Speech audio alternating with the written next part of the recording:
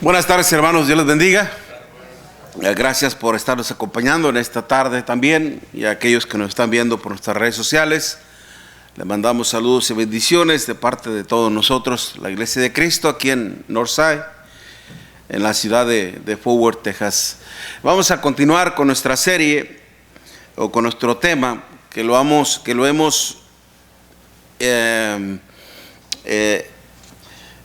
impartido en segmentos para que podamos aprender más de él e ir con más calma. Y en relación precisamente a un tema que está basado precisamente en el deseo de nuestro Señor Jesucristo con respecto a la unidad en su iglesia. Y lo increíble en esto es de que el Señor no solamente quiere vernos unidos como pueblo suyo, como iglesia suya, sino aún más, dice, perfectamente unidos todavía. ¿Okay? Perfectamente unidos. La razón fundamental en todo esto tiene un propósito, que el mundo en sí vean, hermanos, precisamente esa perfecta unidad que hay en la iglesia de Cristo, y que esto precisamente les sirva a ellos como un ejemplo, como un aprendizaje para todos los demás, y obviamente anhelen, deseen ser parte de este pueblo maravilloso de nuestro Dios. En Juan capítulo 17 dice la palabra del Señor, versículo 20: mas no ruego solamente por estos, sino también por los que han de creer en mí por la palabra de ellos, para que todos sean uno, como tú, oh Padre, en mí y yo en ti, que también ellos sean uno en nosotros. Y luego fíjese lo que dice: para que el mundo crea que tú me enviaste. La gloria que me diste yo les he dado, para que sean uno, así como nosotros somos uno, yo en ellos y tú en mí, para que sean perfectos en unidad, para que el mundo conozca que tú me enviaste y que los has amado a ellos, como también a mí me has amado. ¿Okay? Y precisamente hemos visto, hermanos, que el Señor nos da precisamente ejemplos para que nosotros sigamos. El ejemplo en sí mismo de Él y de su Padre, y la llave o la fórmula mediante la cual, hermanos, nosotros podemos lograr o llevar a cabo esa unidad perfecta en la palabra de nuestro Dios, y en nuestra vida misma también, como hermanos que somos en la fe. Nos hablamos en cuanto la clave perfecta de su verdad, ¿okay? Que la verdad absoluta es la que nos une. No, la verdad absoluta, la verdad de Dios, la verdad única de Él, es su palabra, su evangelio en sí, siendo más específicos, es la que nos ha unido y nos puede mantener todavía unidos. Okay.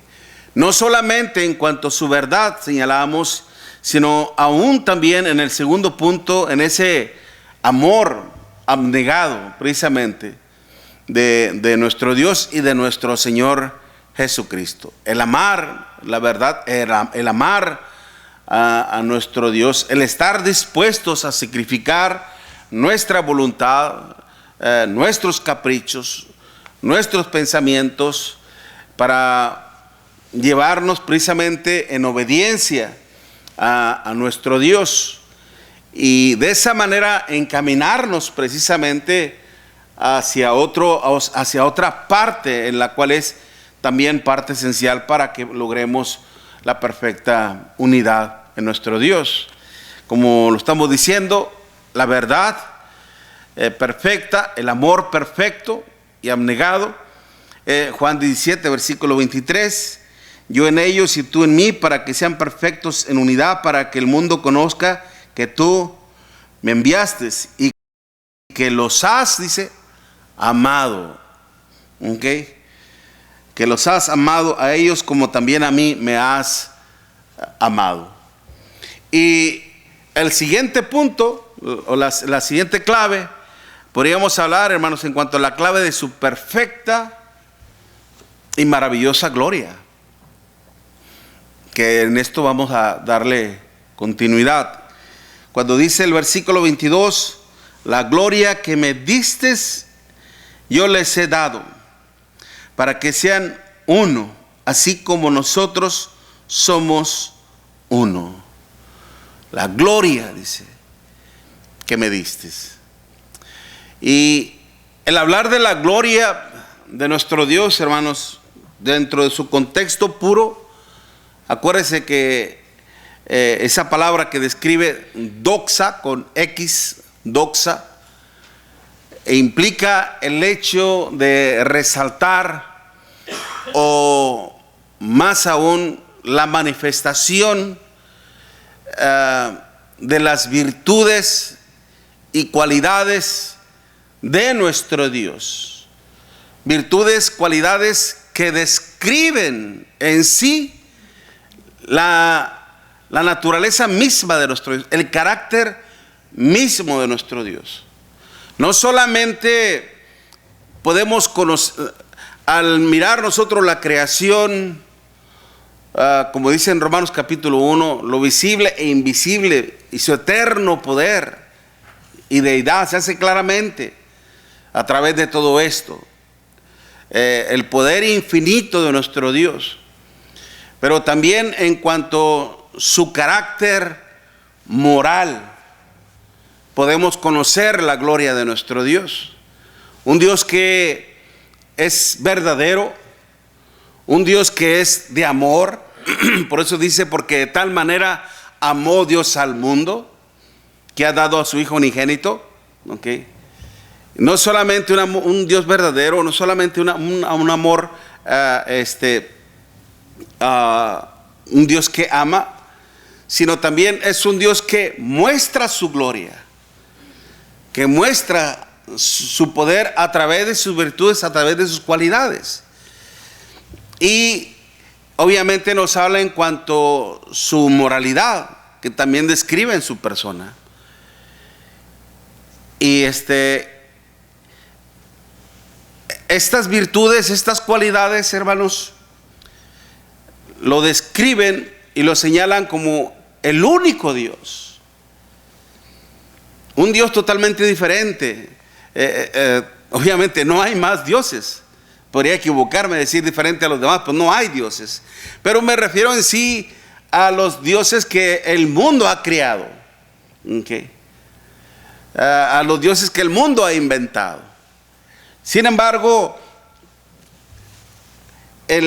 nosotros a través de la palabra escrita podemos ver precisamente cómo es ese Dios.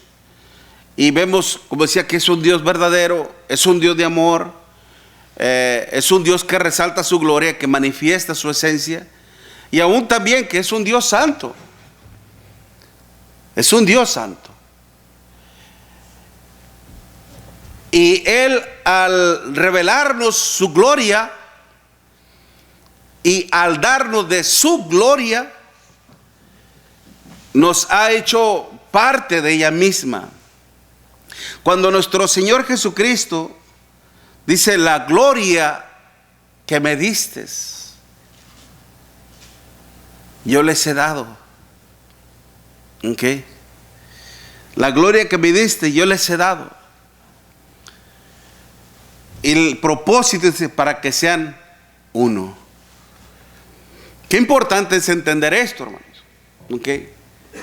Qué importante es entender esto. El Señor, cuando dice la gloria que me diste, yo les he dado. ¿Cómo fue que el Padre le dio la gloria al Hijo?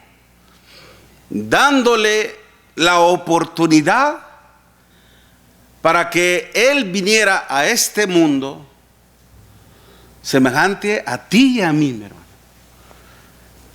Igual a usted y a mí, en un ser humano.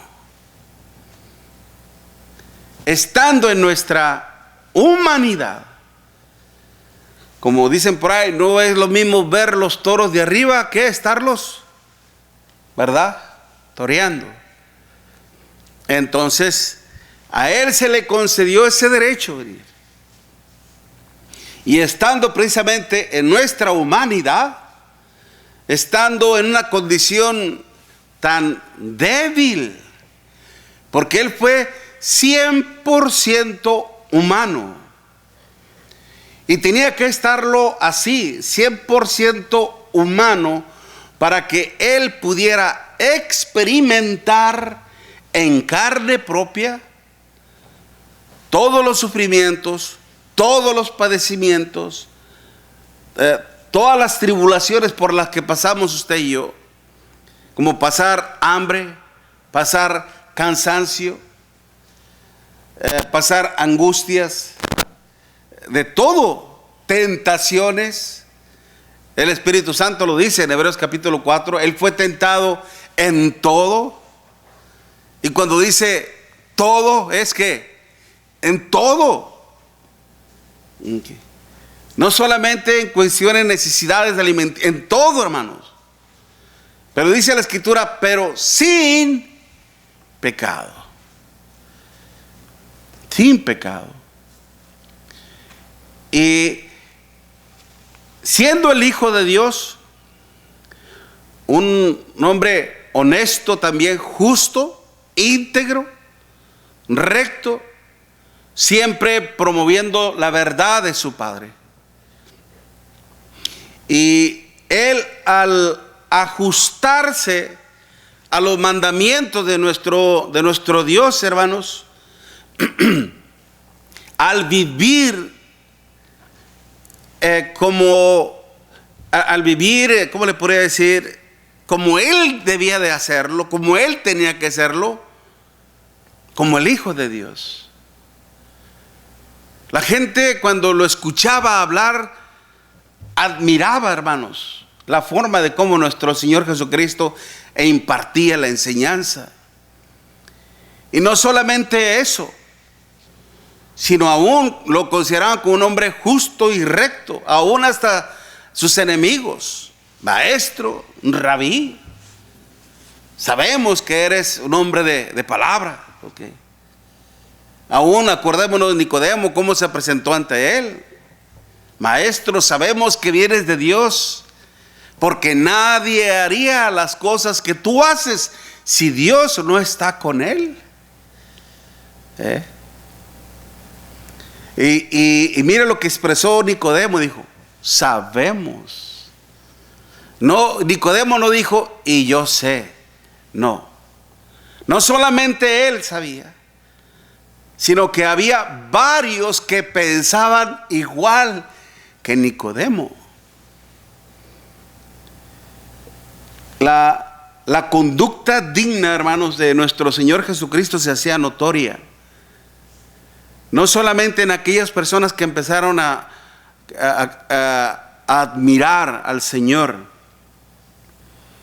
y a ver sus milagros, no solamente por las cosas que Él manifestaba en cuanto a los milagros, los milagros y sanaciones que Él hacía, señales que Él hacía. Okay. Todas esas cosas, una era precisamente esas manifestaciones de poder. Otra era su conducta, su carácter íntegro, que él vivía lo que predicaba.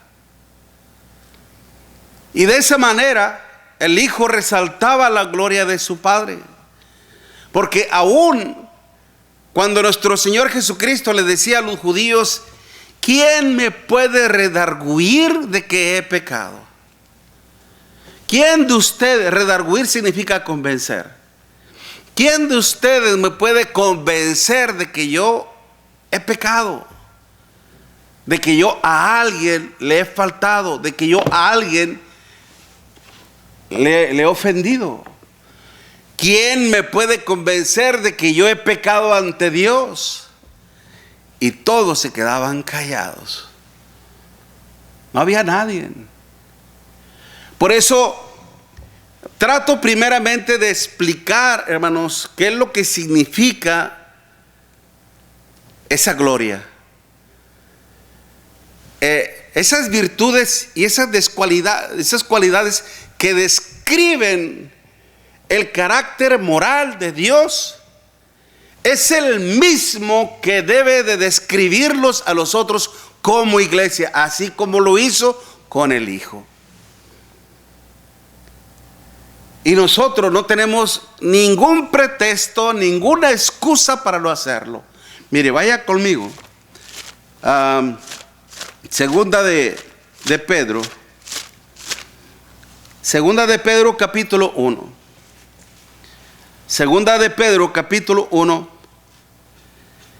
Versículo 3 y 4. Segunda de Pedro capítulo 1 versículo 3 y 4. Como todas las cosas que pertenecen a la vida y a la piedad nos han sido dadas, ¿por qué? Por su divino poder. Y nos va a decir cuál es ese divino poder. Mediante el conocimiento de aquel que nos llamó por su gloria y excelencia. ¿Se da cuenta? Gloria y excelencia. Por medio de las cuales, gloria y excelencia, por medio de las cuales nos ha dado preciosas y grandísimas promesas, para que por ellas llegáis a ser participantes de la naturaleza divina, habiendo huido de la corrupción que hay en el mundo a causa de la concupiscencia. Dice, por medio de las cuales nos dará. Dice así, en un tiempo futuro nos dará, o dice nos ha dado. Nos ha dado preciosas y grandísimas promesas para que por ellas llegáis a ser participantes de la naturaleza divina. Ser participantes, hermanos, de esa naturaleza divina. Por eso después dice Pablo más adelante, vosotros también poniendo toda diligencia, es decir, todo esmero, todo empeño, toda dedicación. Por esto mismo añadida a vuestra fe, ¿qué? Virtud, el bien hacer.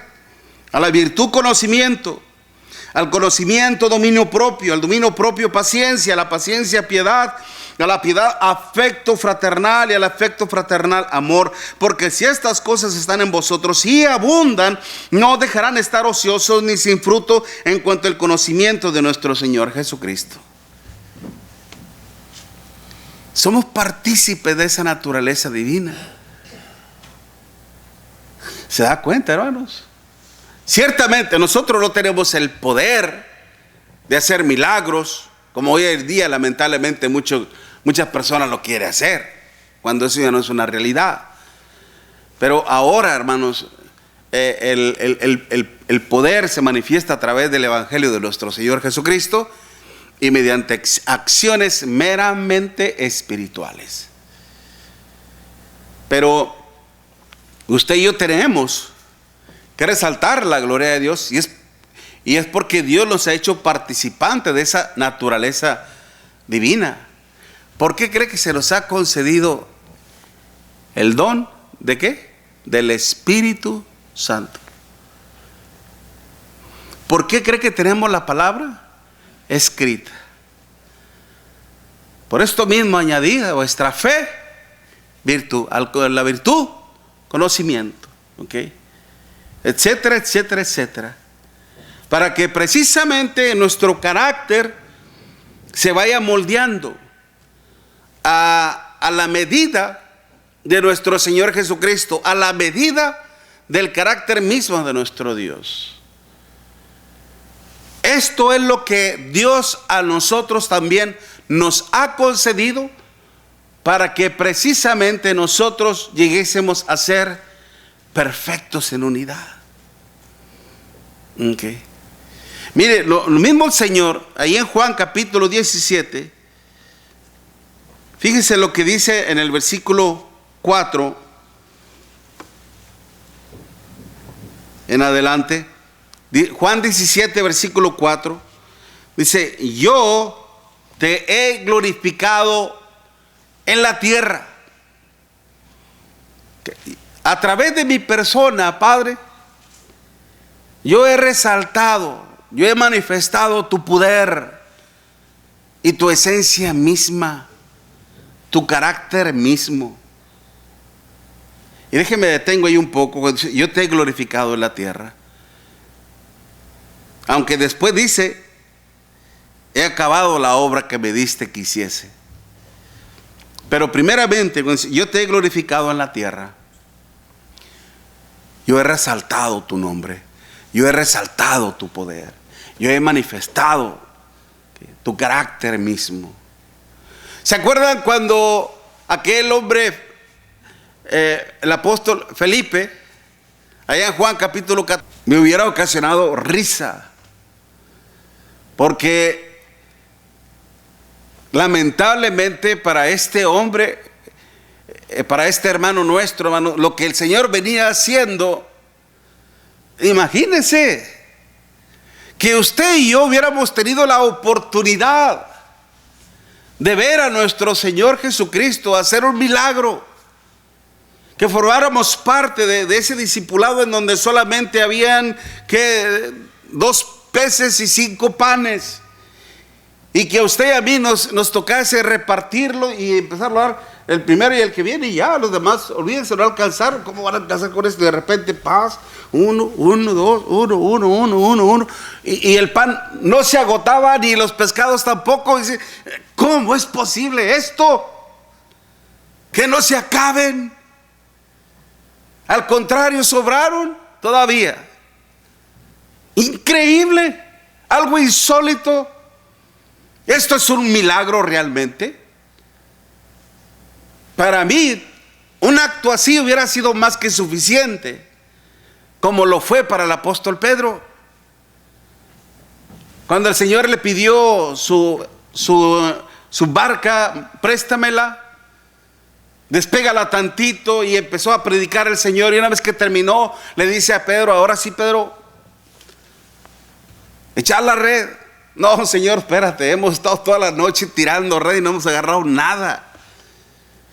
Pero en tu nombre lo haremos, porque usted lo dice, lo vamos a hacer. Y se encaminaron otra vez al mar. Echaron las redes y no cabían los peces en las redes. Como pudieron las sacaron, llamaron a otros que andaban también ahí, y vengan, y agarraron más también otros. Y lo que hace Pedro es carga todos los peces junto con los demás, llega a tierra y se tira y se postra ante el Señor. Apártate de mí, Señor, porque soy un pecador. ¿Qué era lo que estaba haciendo el hermano Pedro? Él se dio cuenta inmediatamente, por lo que él vio, por lo que él pudo contemplar, por lo que él pudo hacer, que este hombre no era un hombre común, no era un hombre simple, era un hombre extraordinario, era un hombre en el cual operaba un poder divino. Es por eso que cuando él dijo aquella confesión: tú eres el Cristo, el Hijo del Dios viviente, bienaventurado eres, Simón, hijo de Jonás, porque no te lo reveló carne ni sangre, sino mi Padre que está en los cielos. ¿Cómo fue que Pedro se dio cuenta que él era el Mesías, el ungido, el enviado de Dios? Lo dijo más adelante en Juan capítulo 6: Señor, ¿a quién iremos? Tú tienes palabras de vida eterna, y nosotros hemos visto que tú eres el Hijo de Dios. El Hijo, hermanos, hizo la obra de su Padre, y de esa manera él resaltaba la gloria de su Padre, haciendo la voluntad de su Padre Celestial. Tú me has dado este gran privilegio, me has dado este gran honor, esta gran bendición de servirte aún en esta humanidad. Y servir a Dios, hermanos, es el más grande privilegio que tenemos usted y yo. No todos lo tienen, mi hermano. No lo eche a perder. No lo eche en saco roto. Somos privilegiados, tenemos ese gran honor, ese gran privilegio de servir a un Dios verdadero, a un Dios único, que nos ha dado de su gloria a través de Cristo mismo. Y es por eso que el apóstol Pablo lo decía, hermanos, de que nosotros vamos de gloria en gloria. Vamos de gloria en gloria, hermanos. Déjeme darle la cita, 2 Corintios 3, versículo 18. Precisamente la gente, para poder creer en el Hijo de Dios, hermanos, es por eso que Él hacía todos estos milagros, todos estos prodigios.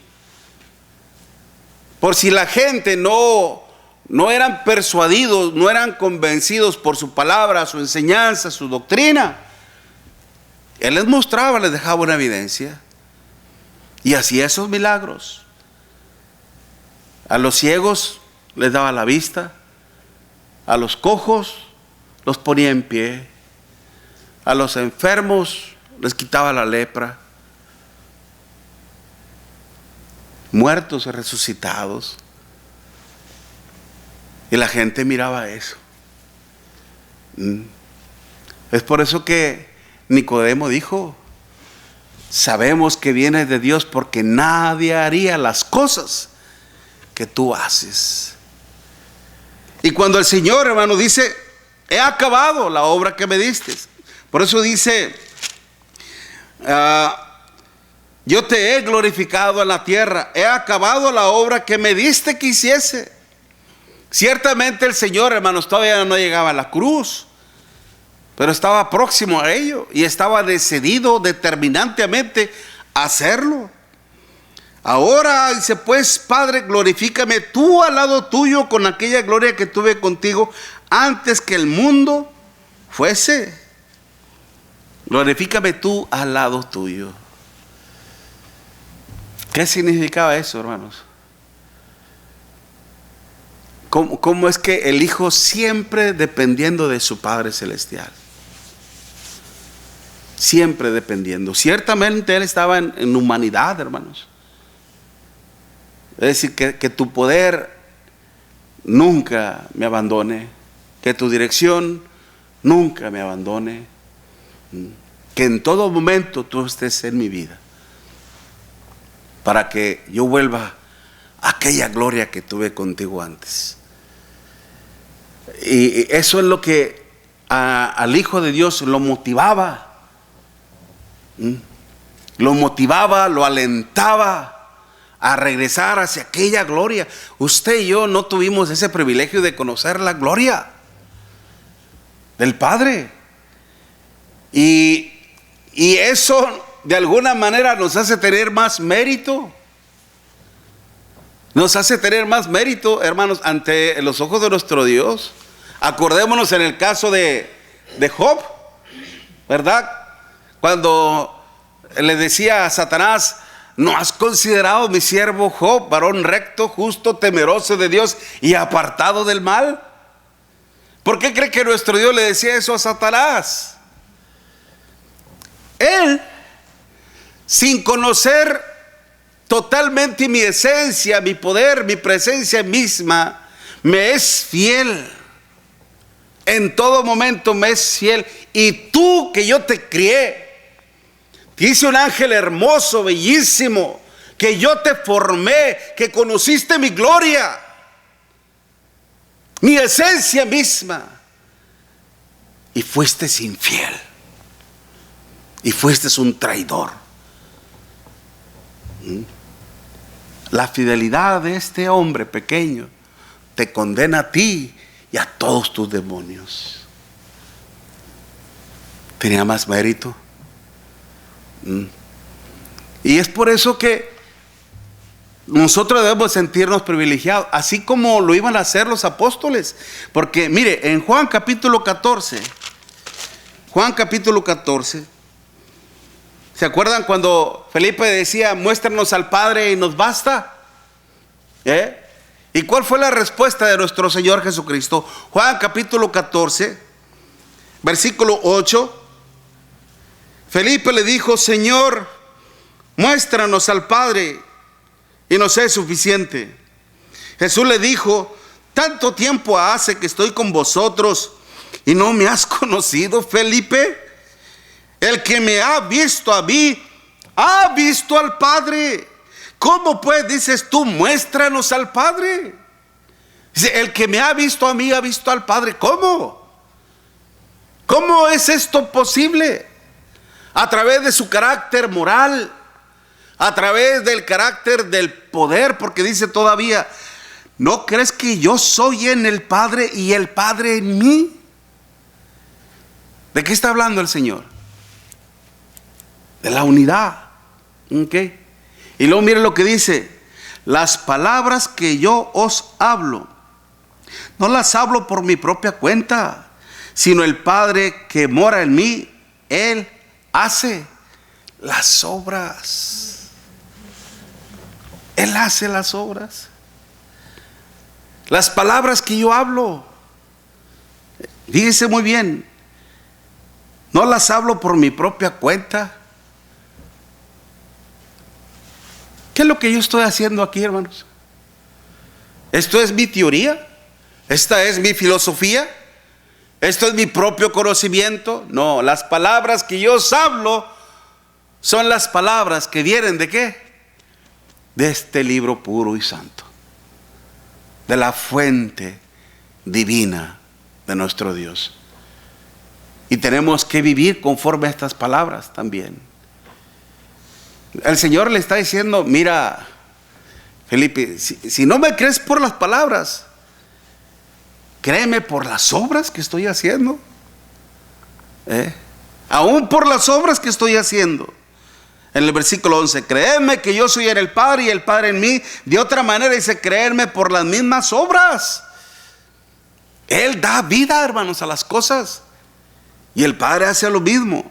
De cierto digo que el que en mí cree, las obras que yo hago, Él las hará también. Y aún, ¿qué dice?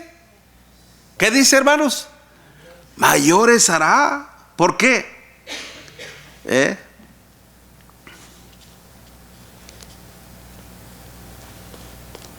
Él las hará también y aún mayores hará, porque yo voy al Padre.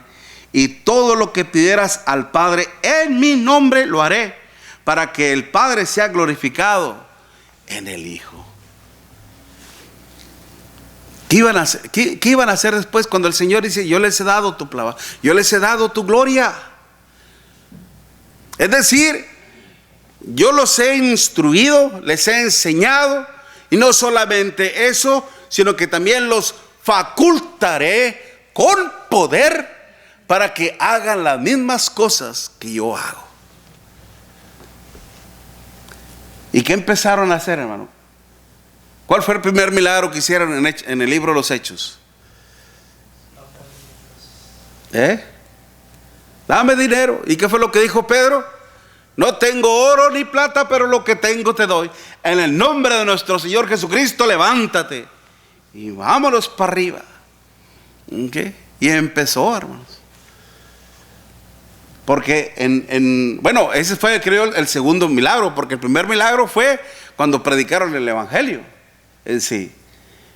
¿Y dónde está el milagro ahí? Que empezaron a hablar en idiomas que ellos no dominaban. Imagínense que yo de repente me ponga a hablar inglés, o que vaya a Brasil y empiece a hablarles en portugués o en francés, ¿verdad? Sin saber nada. Si muy apenas hablo el poco castellano, porque aunque no lo crean, nuestro idioma, hermanos, nuestro idioma es castellano, no es español. ¿Okay? Nuestro idioma es castellano. Yo escuché decir a un hermano español, decía que nuestro castellano, tal vez porque el español de él es de Castaña, de Castilla, ¿verdad? Posiblemente. Pero el castellano viene por la cuestión de que esa mezcla entre el español y el latín. El latín viene todo. Oh, bueno, ok. Y yo tengo entendido que ya nuestro idioma ahí sí es castellano. Pero el punto es de que está enriquecido, hermanos. Nuestro idioma también es muy rico. Si no, chequele el léxico y se va a dar cuenta que es muy grande nuestro idioma también. Pero el punto es, imagínense que empezaron a hablar ellos en idiomas. ¿Cómo es posible que les oímos hablar en nuestro propio idioma? En pardos, en medos, en elamita, de Zapadonia, de Ponto, de Galacia y de Irene, más allá de Capadocia, Betinia y de romanos aquí. O sea, increíble fue. Y empezaron, hermanos, empezaron las evidencias, empezaron los milagros. Y eso obviamente hacía captar la atención de la gente. No solamente a través de la predicación. Dice que se confirmaba la prédica a través de los hechos portentosos que hacían, de los milagros maravillosos. Para que ellos a la vez, hermanos, se mantuvieran unidos. Tanto en la verdad de nuestro Dios como en el amor de nuestro Dios. Al principio decíamos que ellos también tuvieron sus propios retos, sus propios desafíos en la cuestión de que aquellos judíos que se convertían al cristianismo querían mezclar la ley de Moisés con la ley de nuestro Señor Jesucristo, adulterarla, corromperla, y de esa manera empezar a crear divisiones entre ellos. Pero afortunadamente, por la acción del Espíritu Santo y también que intervino también Santiago, bueno, el Espíritu Santo lo usó a Santiago. Y dijo, es cierto de que no debemos de aplicarle lo que es la circuncisión, pero sí que se abstengan de lo sacrificado a los ídolos, de ahogado y de fornicación. Esto es lo que dice el Espíritu Santo a aquellos gentiles que se habían convertido al cristianismo. Dios, hermanos, tenemos que vivir conforme a sus mandamientos, tenemos que vivir conforme a sus preceptos, tenemos que vivir conforme a sus estatutos. Para que la gente pueda ver, hermanos, una total diferencia entre nosotros y el mundo. ¿Cómo fue que empezaron a identificar al apóstol Pedro? Que era uno de ellos. Tú eres uno de ellos, ¿verdad? Tal vez por su vestimenta o algo por el estilo, que lo empezaron a delatar. Y Pedro decía, no soy uno de ellos. Y después otra vez, tú eres uno de ellos, ¿ok? Y no, decía el apóstol Pedro que no. Y a la tercera, tu forma de hablar te delata, tú eres uno de ellos. Y empezó a maldecir. Y como les he explicado, les he dicho, el hecho de que Pedro empezara a maldecir, hermanos, no quiere decir que empezó a hablar palabras altisonantes, a empezar a expresar maldiciones, ¿ok? Esas son palabras altisonantes, maldiciones, groserías, nada de eso. Lo que decía Pedro era esto: que se abra la tierra y me trague vivo si lo que estoy diciendo no es verdad.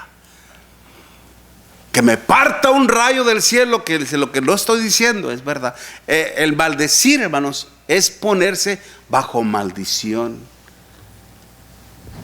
Bajo maldición. Como a veces cuando queremos convencer a la gente de lo que estamos diciendo es verdad.